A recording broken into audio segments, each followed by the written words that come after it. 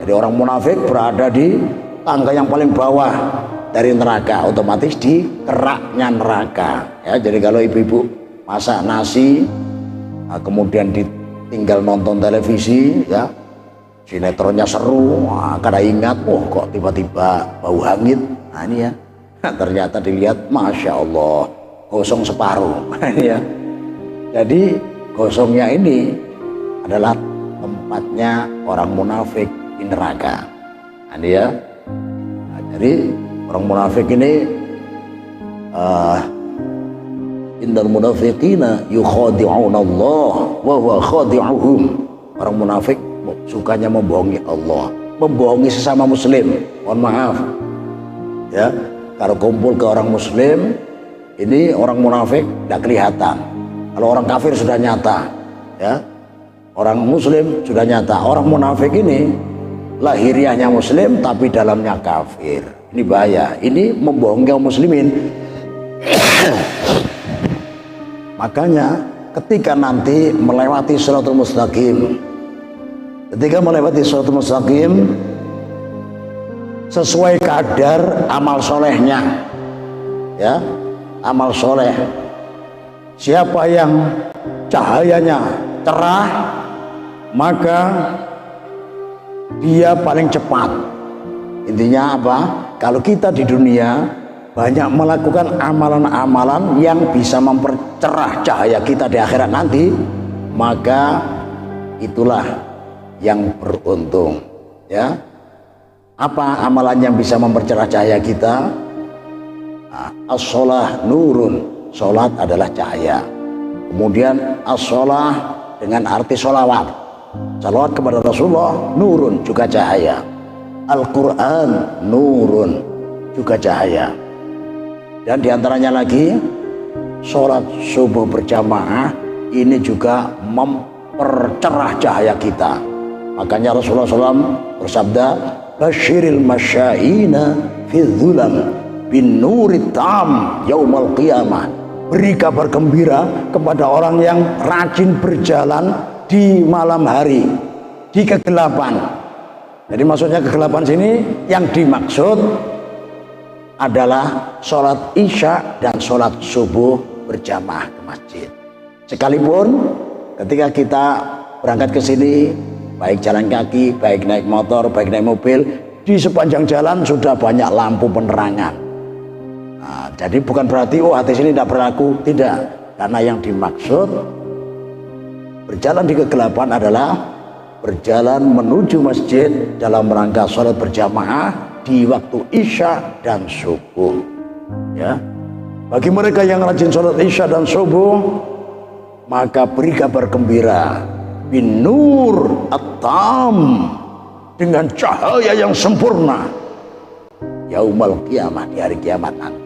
Ini ya, maka yang tadi itu sering baca sholawat, sering melakukan sholat, kemudian sering baca Al-Quran, sering jamaah isya dan subuh, wah ini luar biasa. Mungkin yang diistilahkan Rasulullah, faminhum kal barqi, sebagian dari mereka ketika melewati shiratal mustaqim seperti kilat, ya, cahayanya mengkilat dan cepat, masuk surga. Ada juga yang ya di bawahnya lagi kencang, masuk surga lagi, ya. Sesuai kadar amalan yang dilakukan ketika hidup di dunia, ya. Kemudian turun lagi, lari kencang, masuk surga, ya. Kemudian turun lagi, jalan santai, cahayanya tetap bersinar, jalan santai, ya, sampai surga. Kemudian ada lagi yang cahayanya sudah mulai berkurang, mulai merunduk, ya, membungkuk, sudah mulai minus, mulai kurang, tapi santai masuk surga.